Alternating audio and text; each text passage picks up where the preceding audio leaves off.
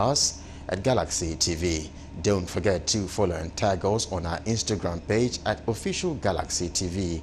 Our social media platforms are user-friendly and can always accommodate your live update and comment.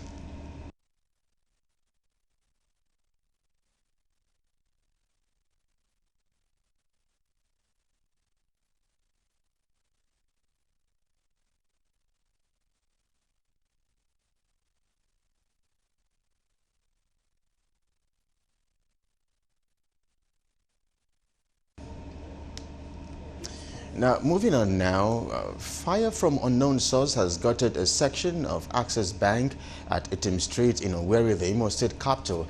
The unfortunate incident occurred in the early hours of Wednesday, leaving residents around in disarray for fear of further damage and spread of the fire. Now, though many vital documents were consumed by the fire, there was, however, the quick intervention of the State Fire Service personnel. Next story.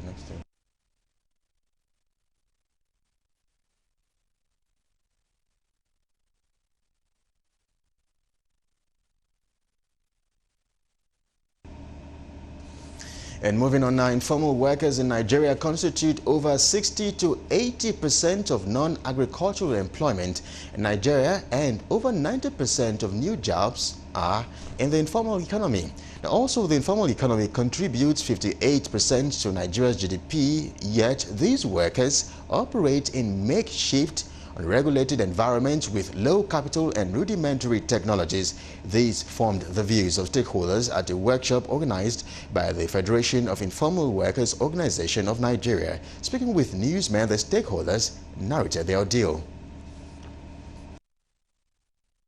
That the vast majority of Nigerians working daily, contributing their quota to national development, are actually in the informal sector.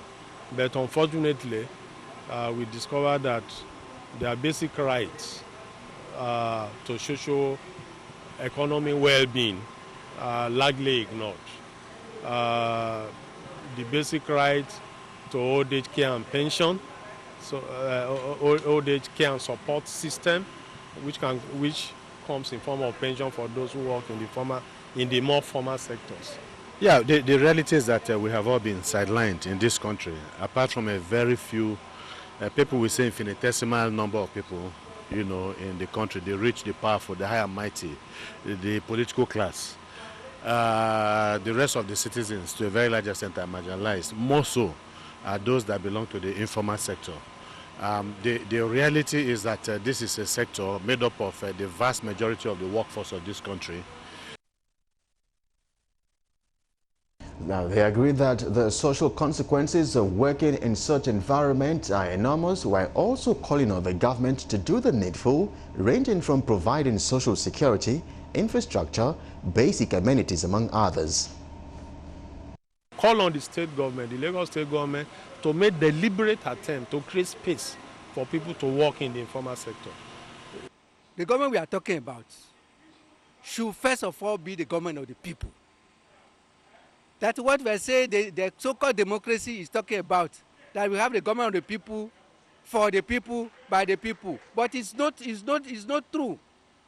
We don't have the government of the people in place. Many places in Africa, we don't have the government of the people. We have the government of the rich men. We have the government of the capitalists. We have the government of the people who are controlling our nations. We have such governments. And so you want to believe, since the government has been a signatory all this while to international conventions that ensure social protection for the vulnerable, for the weak in the society, that the government will be able to walk the talk to make sure that they put, you know, basic social infrastructure on ground.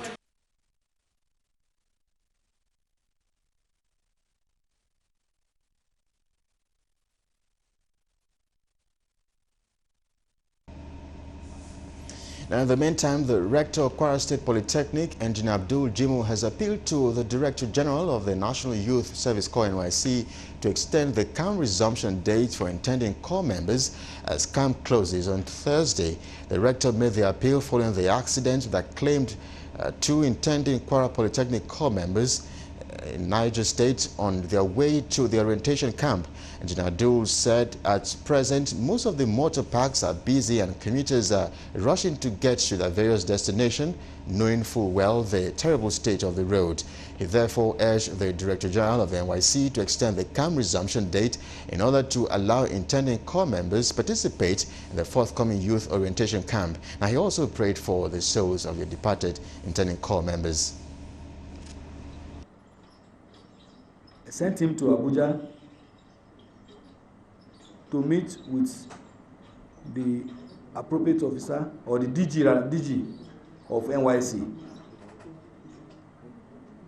on the request to extend resumption in camp of our students so that students can resume a week, if not up to a week, maybe 3-4 days. Those that attend the convocation will be able to meet the camp of the students we lost. It is indeed very sad. I pray that God will uphold and stand by the parents in their sad mood.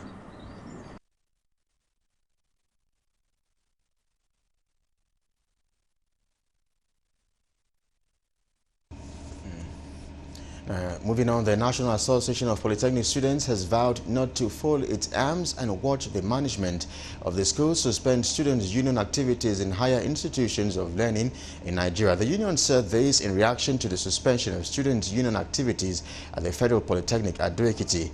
The National Senate President of the association, Sunday Adekombi, said the closure was a fallout of violence that allegedly marred the union's election over the weekend.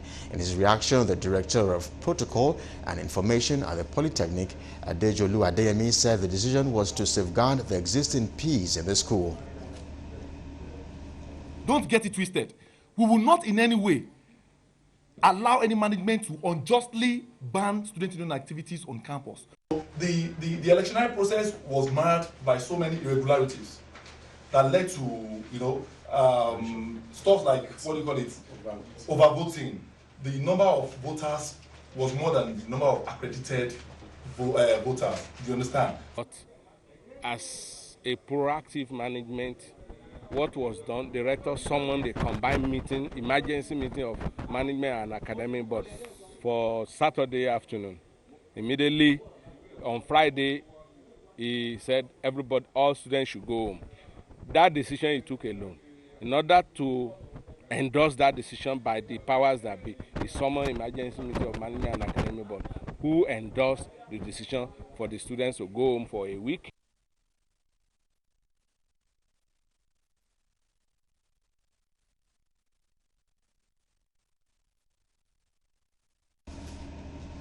Rivers State gets attention now as the state governor, Wicker, has assured the people of Opobo Kingdom of the determination of his administration in completing the Andoni Opobo Nkoro Unity Road as part of the first year anniversary of his second term.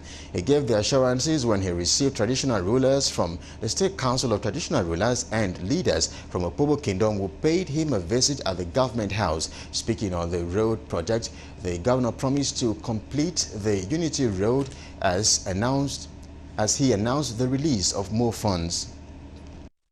On to this community, Queen's then they assure that I will not let you down. I will not let your request is granted to help them so that we can complete that job. They have directed that more funds to be released that will commission first in second tenure. The governor also stressed on the extension work and some other parts of the state with street lights as the traditional ruler of the kingdom commended the governor for the gesture. The contract from Sabewan, Body Road, which is stopping at a Wicker, we have told them to scoop two corner, so that so that it will be dual carriage. So it will be from Sabewan to Kono. it is on record that you are the first governor of our state or any state of Nigeria to drive into Opobo town.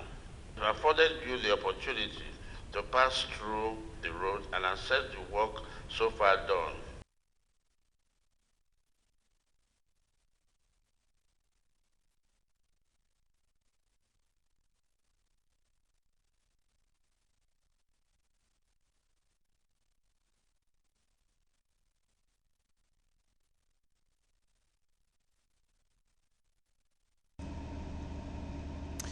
You're watching the news on Galaxy TV. Now, let's cross over to Imo State, where we have our correspondent Ajibade Wofiso as he gives us update on the fire incident in that state. Ajibade, if you can hear me loud and clear, can you walk us through the very latest concerning the fire outbreak at the financial institution in Imo State?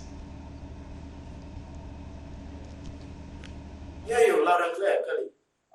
The fire incident, like I earlier reported, started this early this morning. It started at about 5 a.m. this morning. The security, according to the security who were on guard at the bank, they couldn't get to the place where the inferno was actually taking place because the keys were not with them. And all efforts they tried to put out the fire proved abortive. But however, according to residents who notified the fire service, the state fire service was able to get there about 1.5 hours into the fire's incident and were able to put it off.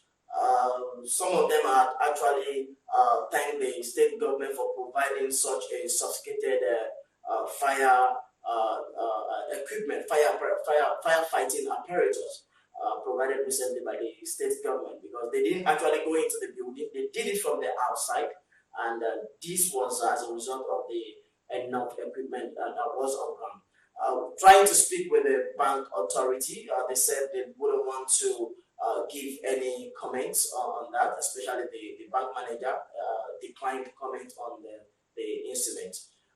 Though the fire was put out before it could get to their safe, and no cash, no money was lost, but vital documents were consumed by the fire. Yeah, many thanks indeed for bringing us up to speed. We hope to speak with you in our subsequent news bulletin as events get to unfold. You're watching the news on Galaxy TV. Sports news is up next.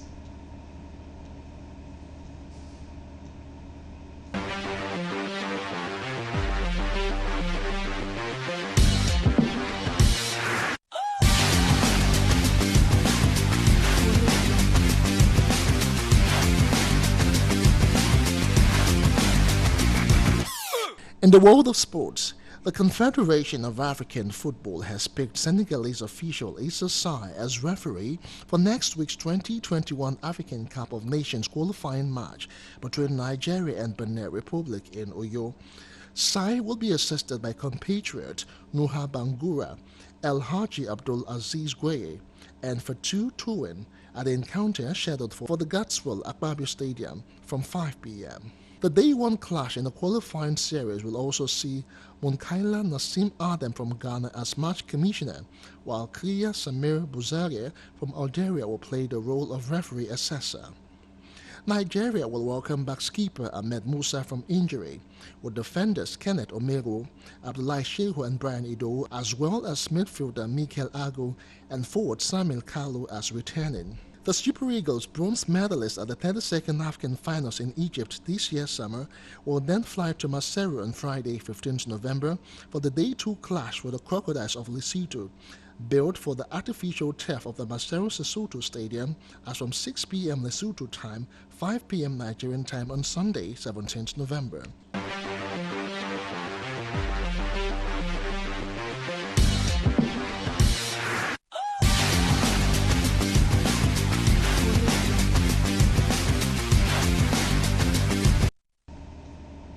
And that's your Galaxy TV news at this time. Our newsroom will be back again at 9 p.m. with our primetime news. I am Kelly Egiga. Thank you for watching.